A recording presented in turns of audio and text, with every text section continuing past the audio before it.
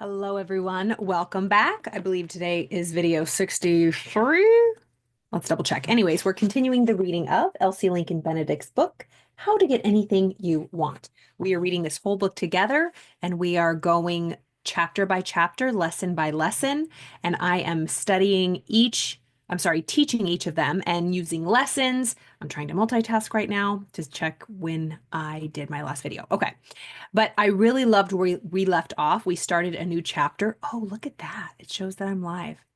It shows, so we started a new chapter yesterday. Prepare for what you want. Lesson number 5. So this is 7 lessons. We've gone through all of the previous lessons before, and we are continuing on, and I am loving it so far.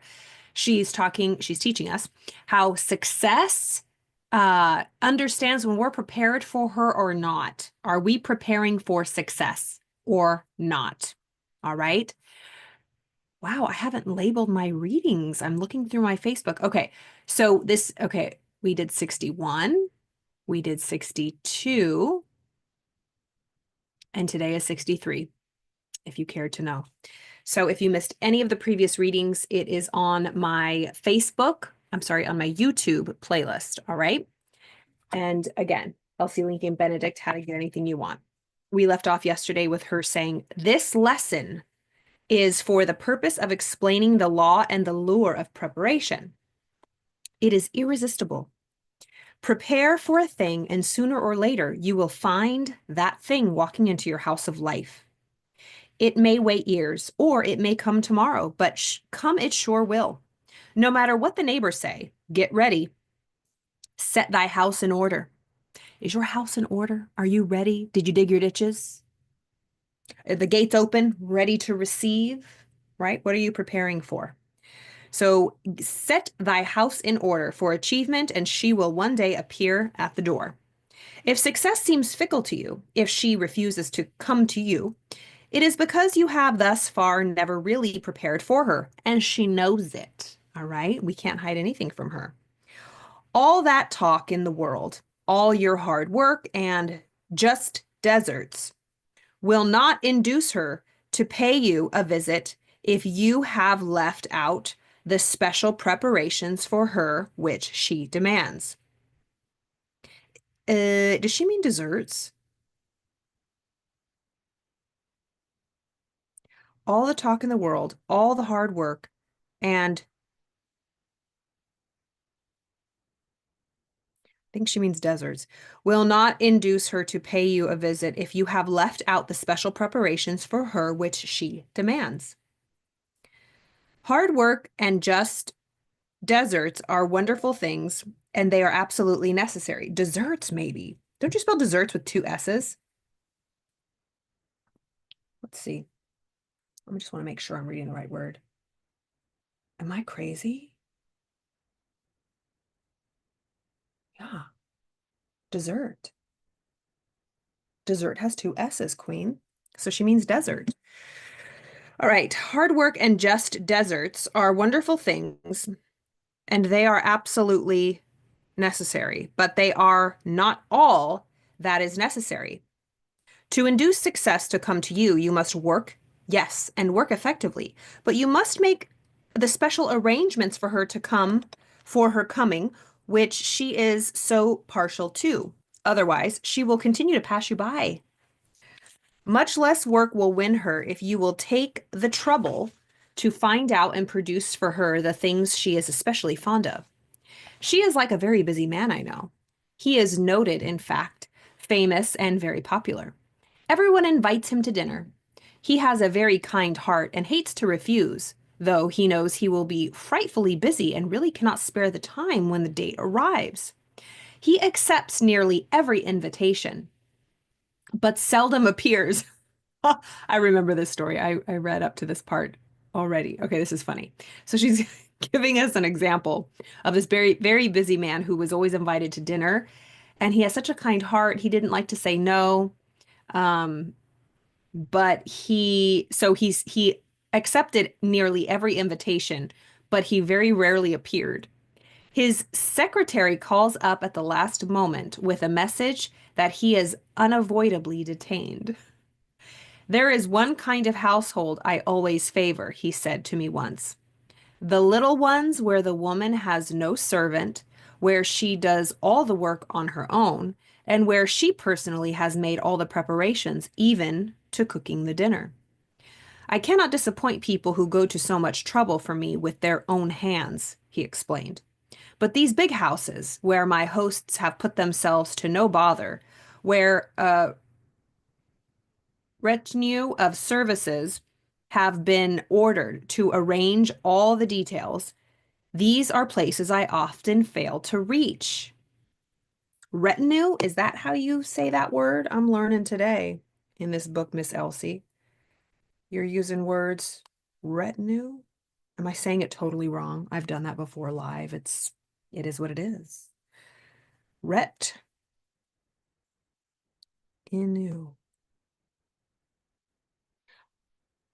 Retinue. Let's listen together. Retinue. Retinue. Retinue. A body of retainers and attendants upon important personage. Yeah. So like a big group of aides, people that serve the royalty. So she says she doesn't really go to those places. He doesn't go to those places that have a big sea of people and of servants um, to arrange everything. And so he says, those are the places I usually cancel on. Does this reveal anything to you? Elsie says. Next time you see someone whom you consider less deserving than yourself riding on the top of a wave of success, realize that you are looking at one who has, with his own hands, his own heart, and his own efforts, prepared for that very thing. Ain't that the fact? That's why when we see successful people, we should clap. Good for you. Bear also in mind that you see the failure that somehow or other he has not made those preparations. Okay, let's read that again. So she says, next time you see someone whom you consider less deserving than riding the wave of success, realize that you're looking at someone who has, with his own hands, his own heart, and his own efforts, prepared for what they have. Bear also in mind when you see the failure that somehow or other he has not made those preparations. Okay, so obviously people who succeed, they've worked for it. It doesn't just fall into their lap, and sustainable success, not just like a one-hit wonder. And people who are failures, they haven't made room for it. If they have, it would be there. People who continue to fail. That was me, like just never getting it right. It's it's a hellish place to be, You really have to take agency of your life. Trust yourself. Do not give your power away. Don't give your power away to anybody. Trust your gut. Despite all, he says, he has not given himself to the wooing of success. He has invited her, of course, but that being done, he has devoted himself to something else while waiting for her to arrive. How seldom you hear of a guest of honor being unable to attend the luncheon or reception. We get there somehow, don't we? When the preparations have been made for us personally. Well, success is just like you and me. If she has not yet, if she has not arrived yet, the chances are 100 to 1 that although you have invited her, you have been making your real plans and preparations for her enemies. Failure, unhappiness, ill health, and self-pity. Let her know she is the main show, so far as you are concerned. Give some of your best personal attention to making the banquet ready for her, and she will arrive. The other thing we hear so often from the disgruntled is that successful chap has given certain opportunities. Okay, so she's saying, I'll start over. The other thing we hear so often from the disgruntled is, well, that successful chap was given certain opportunities that were the making of him all kinds of chances. No such luck ever came to me. So people who are disgruntled say, well, look at her. She has all those opportunities. She was given all these chances. It never came to me. These people fail to see the opportunities are everywhere all the time, more than any of us can use, but are of no value to a person who is not prepared for them. That's the truth. If you're always, looking at what other people have and the good breaks they get, it's like, honey, keep your eyes on your own lane. It's keep your eyes on your own homework. And it's so tempting to like see what someone else is doing. There's that famous picture, I don't know if it's Michael Phelps, of the people in the swimming lanes. My computer is lagging. Sweet mother of pearl. Okay, so the swimming lanes and Michael Phelps, or I don't know if it was him, but the swimmer was like focused on their lane and the person next to him was looking over and of course behind. Um he was watching the swimmer pass him. It's like just stay in your own lane, literally. Keep your eyes on your own prize. So she's saying Elsie Lincoln Benedict is really speaking to these types of people. Yeah, who complain all the time that they don't have any opportunities. And she's saying they're everywhere, but you just haven't prepared for them. When opportunity comes, says W.A. Heath of the Federal Reserve Bank of Chicago, is of little consequence. The thing is, what are you prepared to make of it when it does come? So it's one thing to be prepared, but what are you going to do when it comes, right? It's like, don't go halfway, go all the way. Know what you want, prepare for it, and know exactly what you're going to do once it comes. It's natural. It's who you are. It's normal. You already know what you do. You don't got to think about it like, oh shit, I didn't know it was going to come. Oh, what do I do now, right? Mm-mm. Opportunities are always to be found, ready and waiting for the people who are ready to receive them. Yep. Mary Garden says, thousands have written asking me how they may become successful at singing, but most of them seem to think if one has talent, no preparation is necessary. Even genius needs more preparation than the average person realizes. And as for talent, it is useless without preparation. Isn't that the quote from Calvin Coolidge? It's so good. That's exactly what she's talking about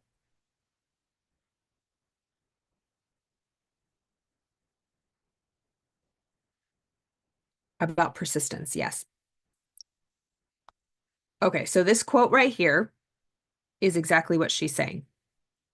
No, okay, so preparation she's talking about. Thousands have written asking me how they can become successful singers, but most of them seem to think if you have your talent, preparation isn't necessary. The opportunities are just going to fly to you, right? Even geniuses need more preparation than the average person thinks and realizes. And as for talent, it's useless without preparation. No matter how talented you are or how big wig you think you've gotten, repetition and consistency in doing what you've done to get you there is key. Of course, it'll change and you can delegate and have help and support, but continuing to give your best, it's always in fashion. The repetition of it, consistency, continuing to persist in that excellence that got you to the places that you are is necessary if you want to stay there. I think in the past, I don't know, it was probably a while ago now, in one of our readings, she was saying, so many people succeed and they get to the top and then they get there and then they get in big fat trouble because they start screwing around and they're not doing the same things and the habits and the good things that got them there.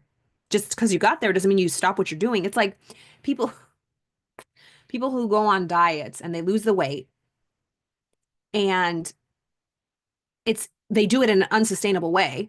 They get to their weight and then they start eating like they used to and then the weight comes right back on or double.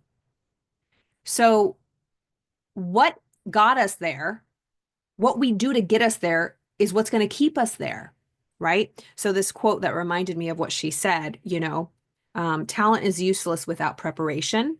It says, nothing in the world can take the place of persistence. Talent will not. Nothing is more common than unsuccessful men with talent. Genius will not. Unrewarded genius is almost a proverb. Education will not. The world is full of educated derelicts. Persistence and determination alone are omnipotent. The slogan, press on, has solved and always will solve the problems of the human race. So just being persistent, continuing to practice your craft. Like think about Kobe Bryant. He went ham, all his entire career. Um, if you want to be the best, you have to continue to give your best. And yes, it's going to look different as you get older, but like go all in, you know? Don't rest on your laurels. So talent is useless without preparation. Every hour of the day, the young singer should be thinking, planning, dreaming. He should be studying the art, the musical world, his or her own personality, every turn of the road to be traveled. The singer must live with his art and dream and daydream and night of his career if he would succeed. Wow. Okay, so let's go back to this example. So Mary Garden says, thousands have written to me asking how they may become a successful singer, but most of them seem to think if they have talent, they don't need to really prepare or work hard. But even geniuses need more preparation than the average person might realize. And as far as talent, it is useless without preparation. Every hour of the day, the young singer should be thinking, planning, dreaming. He should be studying the art, the musical world, his or her own personality, every turn of the road to be traveled. The singer must live with his art and dream day and night of his career if he would succeed. If the thing you say you want most does not come to you in your night dreams, daydreams, every other kind of dream, it is not one of your deepest desires, and you should begin to prepare yourself for those things which do come to you in your imaginings. What's always on your mind? What doesn't let you sleep? No matter how much time passes, no matter how many times you failed or, procrastinated around it, what does not leave you alone? What do you dream about, daydream, day and night comes to you year after year after year? What do you truly want? That's what she's talking about. And we learned that in the last lesson. Know what you want truly. All right. So if the thing doesn't come to you, it's maybe not what you really want. Start going after something that won't leave you alone. And it will take no effort because it won't leave you alone. After the singer's training is complete, continues Miss Garden, she should expect to give 3 more years. The first for finding herself, the second for perfecting herself, and the third to get on the stage. If she cares so deeply for her art that she can think of nothing else for a very long time, nothing else for very long at a time, and will prepare herself under the best teachers, she will find the opera companies to receive her, the opera lovers to hear her, and the opportunities to make as large a place for herself as she is able to fill. Ooh, that is so good. Put yourself in her shoes. Think about this. Like, if you're a singer, that's great. But if you're, who knows, whatever you are, a public speaker, basketball player, actor, teacher, therapist, business person, salesperson. So Miss Garden says, if this person cares so deeply for her art that she can think of nothing else for very long at a time, and she will prepare herself under the best teachers, she will find the opera companies to receive her, the opera lovers to hear her, and the opportunities to make as large a place for herself as she is able to fill. Robert W. Stewart, head of the Standard Oil Company of Indiana, is now one of the highest paid executives in the great organization, due to the simple fact that he was always ready for opportunity. He always prepared to win, even in the smallest affairs. He left no stone unturned, no matter how insignificant the matter was, nor how uncertain the outlook. He used to live in the little town of Pierre out in South Dakota. If you have ever saw this drab, forsaken village, you would probably say there was no chance for a man in such a place, no use to go to a lot of trouble preparing for opportunity in that spot. Wow, let's look it up. Pierre, South Dakota. This was written over 100 years ago, so I'm sure Pierre, South Dakota has blossomed perhaps since then. Pierre, South Dakota. It looks lovely. Wow, it looks very quaint and beautiful. That looks nice. It's 13 degrees right now. No, thank you. Population 13,880. That was from 2023. What is Pierre, South Dakota famous for? Pierre is sited on rough river bluffs above the east bank of the Missouri River, overlooking its expanse. It is a few miles away from Lake Ojai, one of the world's largest man-made lakes. Developed for flood control and irrigation, the lake has become a popular fishing destination. Wow, it looks really nice. Yeah, that's nice. Fun. Well, Robert Stewart, back over 100 years ago, grew up there and he prepared for opportunities, and everybody said, there ain't going to be a lot of opportunities in Pierre, South Dakota. But young Robert Stewart organized his law cases, little as they were, with the same care and thought and thoroughness as if he were handling the biggest cases for the biggest concerns in the world, which he is now doing. This is fantastic. So wherever you're at, listen. Wherever you are at, whatever you are doing, do it with a spirit of excellence. Like you are in the biggest rooms. Okay, so when I first I mean, I was in drama, of course, in high school. I loved performing. Did like theater in LA, which is not that big. But I just loved going to my theater class every week. I was in it for like 10 years, and it was just my therapy. It was my absolute therapy. And of course, I was around a lot of actors in Los Angeles. And, they would move. I'm from Southern California, so I didn't have to really move at all. But people in different regions of the country or even the world that wanted to come to Los Angeles because I thought like they needed to be here, like especially now you don't. So if you are like a performer or whatever, like you do not need to be, if you're in a small town, let me just tell you that everybody makes fun of or nobody wants to visit, it doesn't matter. Act like you are the most excellent in whatever you do. Screw everybody. You do not need to be, if you can, like in a case of actors, like, self-tape your auditions and send it in, or even fly in for the weekend to meet your agent or whatever. You do not need to live these days, in my humble opinion. A lot of actors moved out of LA, especially during the pandemic, but you do not need to, well, I won't say that. Wherever you're at, you're fine. Just act like you are where you want to be. Assume that. If that's what you truly, truly want in your heart of hearts, like this Robert Stewart, practicing law apparently, or a business person, he acted like he was working the biggest cases in the world in that, what they're calling faux donkey South Dakota at that point, 100 years ago. But he acted like he was on the biggest cases in the whole world. And now he is, because he acted like that. He worked with what he had with where he was at. It's like excellence can't be denied. I think Oprah always says that. And no matter where you're at, be the most excellent. It will be recognized and you will get opportunities when you're open to them, right? Always be open and ready for opportunities. Because what's the end game? Where do you want to be? You know? Yeah, it's confidence. Have confidence in yourself.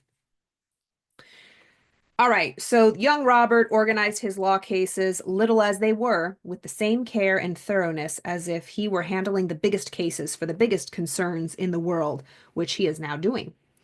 Once, for instance, he was given a case that involved damages for a fire which was alleged to have been caused by sparks flying from a railroad engine quite a distance away.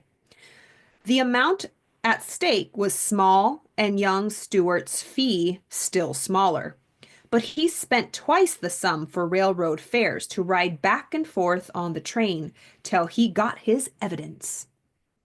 Later, when his ability as a preparer had become known, and he was attorney in a case where the question was one of adulterated goods put out by a certain concern,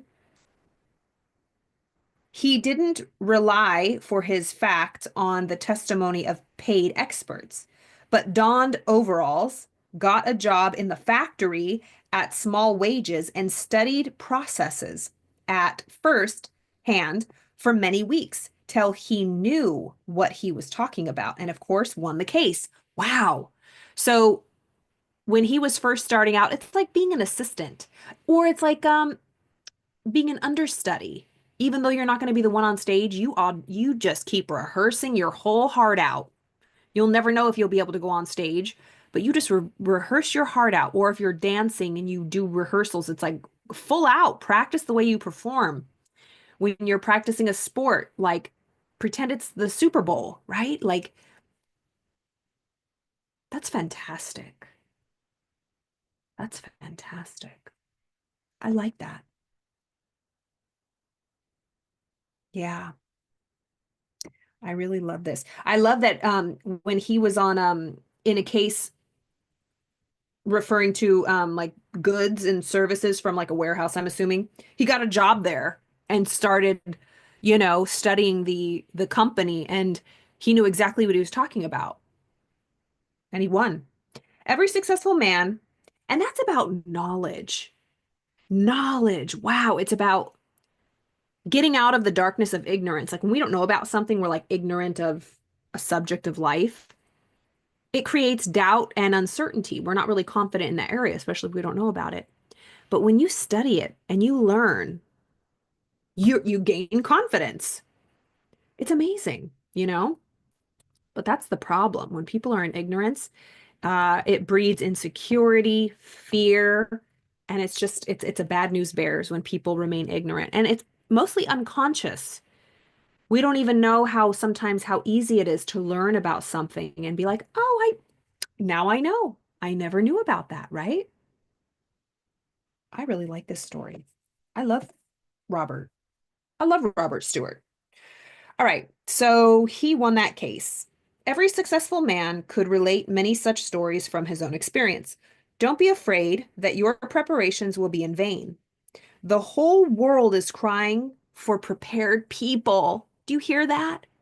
So no matter how hard you're working, no matter what you're, listen, me here, having the lights, camera, action, having my microphone, speaking, like I'm preparing. I love speaking. I love teaching. I love creating.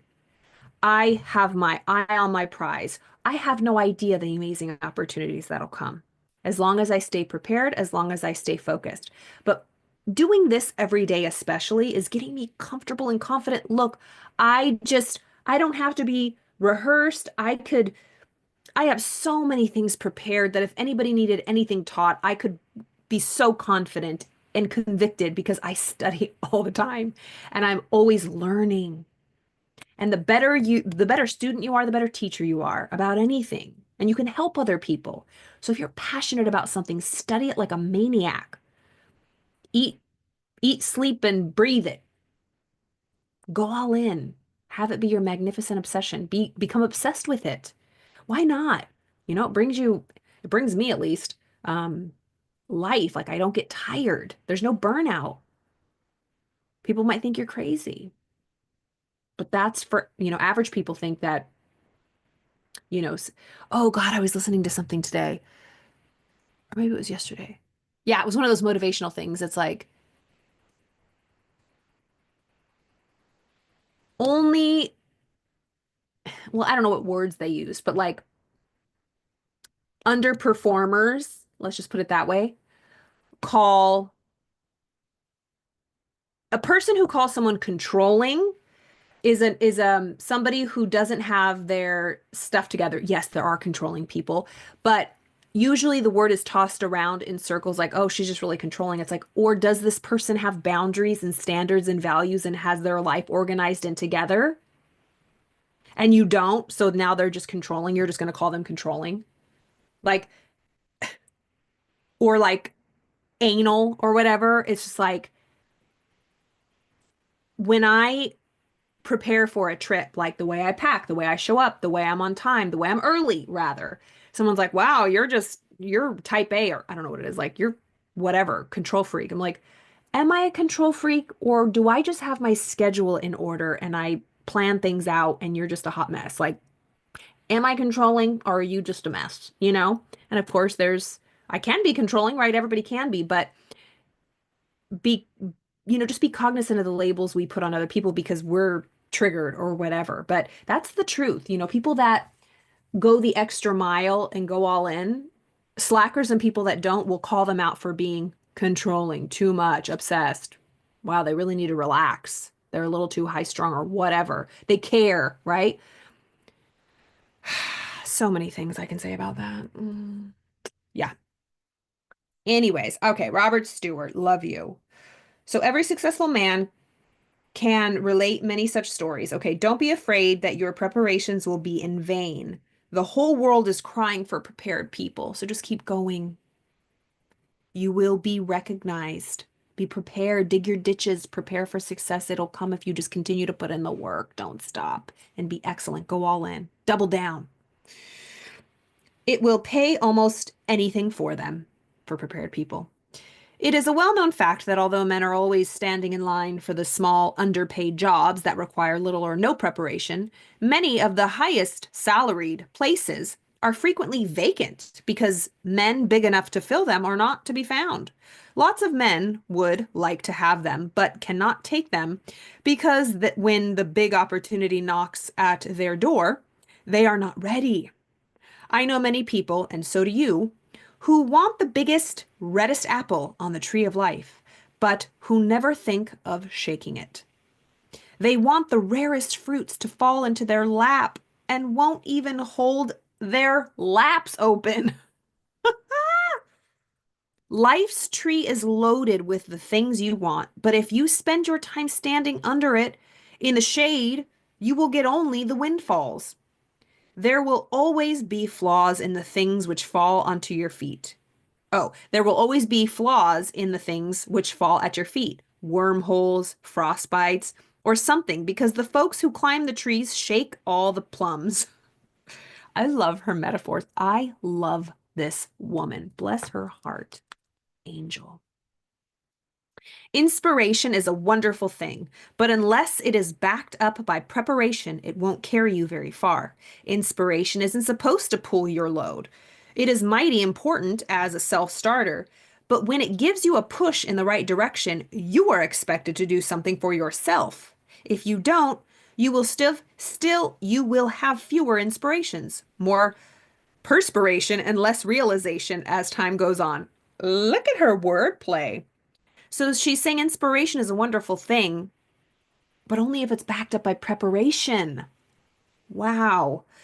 It'll carry you so far. Inspiration isn't supposed to pull your load. It's mighty important as a self-starter, but when it gives you a push in the right direction, you are expected to do something for yourself. If you don't, you will have fewer inspirations, more perspiration, and less realization at the same as time goes on. You hear about a man who rises to an emergency and you wonder how he did it. Invariably, such a man has prepared himself in advance for just such a tight place. The subconscious mind is the habit mind. It can easily be trained to new and different habits, and one of its best is that of being ready for the thing you want. But if I prepare, but if I prepare and it never comes, ask the 99 out of every 100. Poor, skeptical, short-sighted ones. Don't you know that no person in the whole world ever grew big enough for the better place without finding a better place big enough for him? Oh, okay. Let's read that again. Somebody says, but what if I prepare and it never comes? Asks 99 out of 100 people. Poor, skeptical, short-sighted ones. Don't you know that no person in all the world ever grew big enough for a better place without finding a better place big enough for him? The occasions when one can do a big thing without preparation are so few and far between that they will never build a successful life. The things we do efficiently and brilliantly, apparently without effort, are seldom done on the spur of the moment at all. These are always done by the subconscious or unconscious mind, which is able to accomplish it for you because, when you least realized it, you had been filling it with the power necessary to this brilliant performance. Last year, a remark made by a 50-year-old salesman in an eastern city was printed all over the country. He had gone into the office of a man who was the buyer for one of the largest building concerns in America and came out 20 minutes later with $1 million order. The other salesman gathered around him in awesome amazement and exclaimed, "And you did it in 20 minutes, didn't you?" "Yes," he replied. "20 minutes plus 30 years." That's so good. But this commission on the order amounted to a splendid income for that 30 years, so he didn't mind. Ooh, this is so good, you guys. We're going into new rules. I love that. So, this 50-year-old salesman went in the biggest, largest building project in America. He came out 20 minutes later with $1 million order. Everybody gathered around him and said, "Oh my gosh, you did that and you did it in only 20 minutes?" He said, "Yes, 20 minutes plus 30 years, baby. I've been working on this for 30 years. Ain't that the truth?" Wow. Okay, so let's read the first rule. Rule number one, know that psychological moments are sure to arrive in your life and begin now to get ready for them. All right, we'll stop there. We'll continue tomorrow. I love her. Let that sink in. Video number 63 today. I'll be sure to label these. I didn't label them. All right. I did on YouTube. I was looking on the Facebooks. If you're on Facebook, hop on over to YouTube. All right. We are growing our community. I'm almost there, y'all. How many hours do I have left to reach my 4,000 hour threshold? Let's look together as a family. Let's look together as a family. I love seeing all your comments. I'm so grateful. All right. I need 4,000 watch hours in a 12-month period. In 365 days, I have to accrue 4,000 watch hours. Right now, I'm at 3,903. Is that 97? I only need 97 more watch hours.